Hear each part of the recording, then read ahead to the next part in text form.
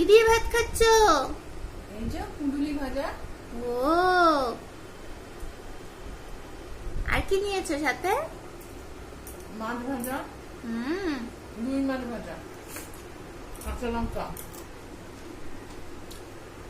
আর কি বলতো?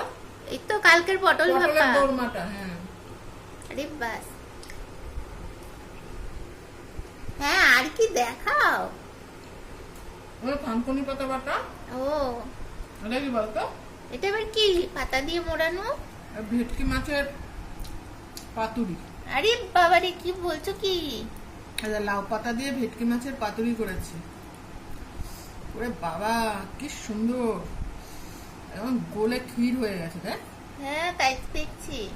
এটা দিয়ে তো আমার মানে অর্ধেক ভাত খাওয়াই হয়ে যাবে। আর এটা হচ্ছে রসা করেছি, কাতলা